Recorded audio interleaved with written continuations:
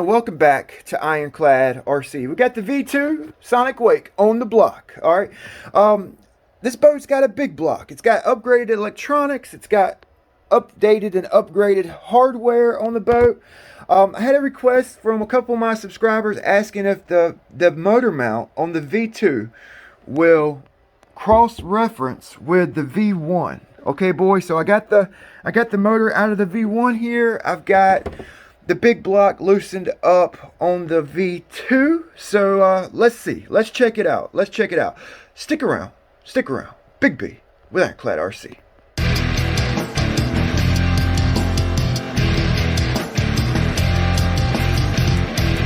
Alright, so we got four screws on the back of the motor mount, and then we got 2 screws on the front. I'm going to go ahead and loosen those up so we can pull the motor and drop it into V1. Okay?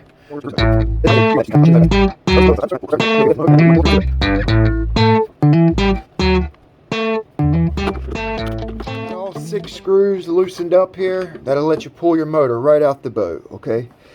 Easy peasy. So it looks like we got a plastic like rail here with an aluminum motor bed. Okay, that's nice to see. The bottom of the motor mount's aluminum and the front of the motor mount is aluminum. The sides are plastic. Alright, so let's unplug it here.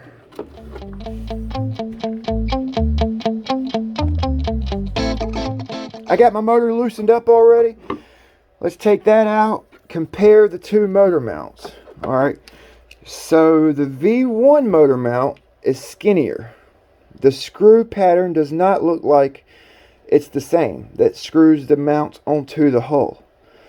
Alright, it looks like it's wider. Okay.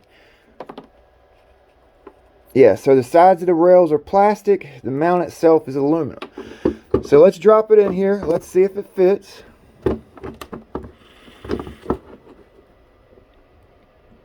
So I'm setting it down flat here. Alright, and it's not letting it sit all the way down. Alright, you see right here, it's got like an angle on the motor bed here, an angle right there, and it's actually, see that angle right there? It's actually sitting on that angle.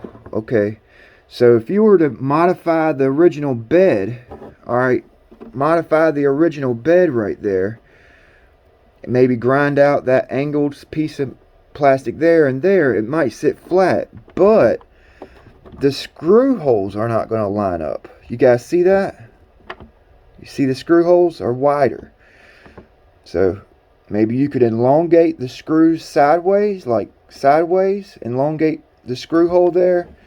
You might be able to get it to work. Okay, so you would have to elongate the screw hole and grind this piece here out of both sides, okay, to get it to work. So it's not a direct drop-in, definitely not. Alright, in order to get a big block into V1, you have to modify the motor mount up here. Okay, so if you're going that far to modify the motor mount, you could probably grind off that little bit there, that little bit right there, and elongate the holes and probably get it to work. I'm not going to do that. But it looks like it's about the same angle. Alright, so it might work, but it's not a drop-in. The motor bed is wider and it's lower. You guys see that? It's lower than the V1. Alright, lower CG. Alright, that confirms it for me. Alright, you could drop a long can motor in this boat. Move this receiver box. Alright, and you could put a big block in this thing.